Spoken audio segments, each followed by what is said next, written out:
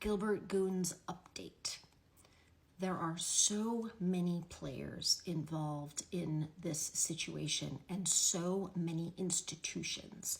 We as citizens and journalists, the journalists at the Republic, are having to pry information from various sources and try to report accurate information because Gilbert is not giving accurate information or any information. My opinion, this whole thing has been a PR cluster for Gilbert.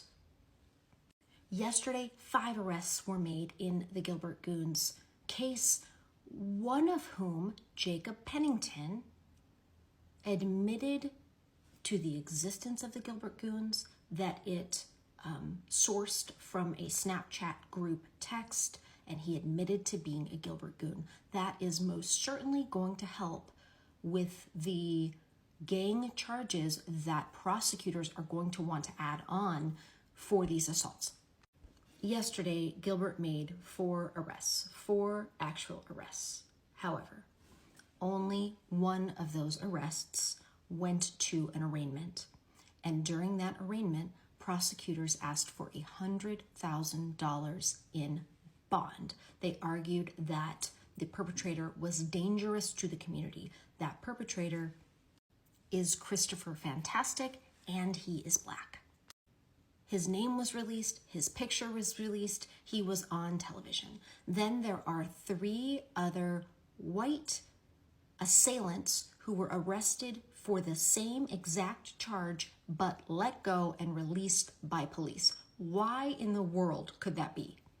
How can you on one hand argue that this 18-year-old Black assailant is so dangerous that he should be held with a $100,000 bond, which was reduced by the judge to $25,000, but for the exact same crime, these 3 white young men, teenagers and young men, are fine to be released to the public, and Gilbert PD isn't going to say a word about it. Gilbert prosecutors aren't going to say a word about it. Jacob Pennington, who was arrested in Pinal County, was held on a $5,000 bond. Why the inconsistency? Well, first of all, we've got different agencies going on.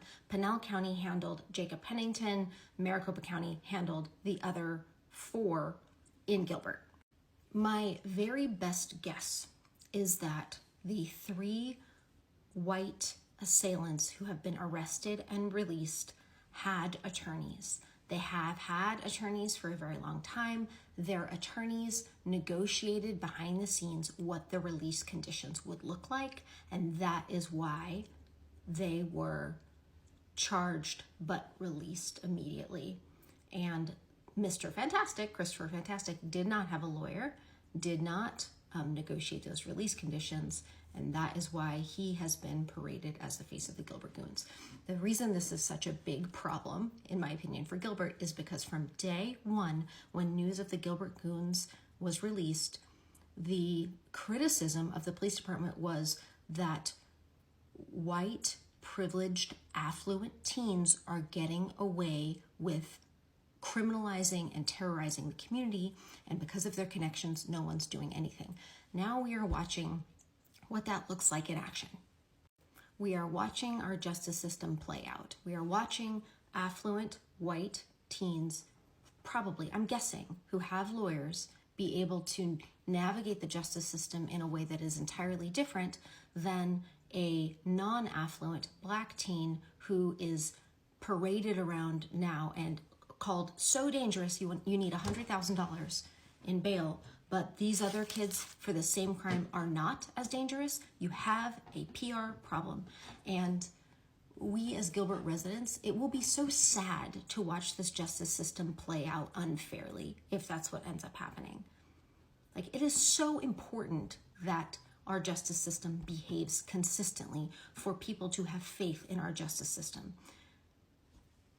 If there are other reasons going on, if there is a reason that Christopher Fantastic is more dangerous than these 3 others, then you should tell us.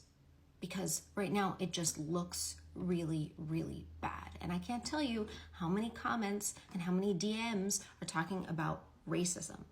Why would we even allow that to happen? Why would we allow that to become an issue in our community that's already so upset and mistrusting and like fractured and wounded.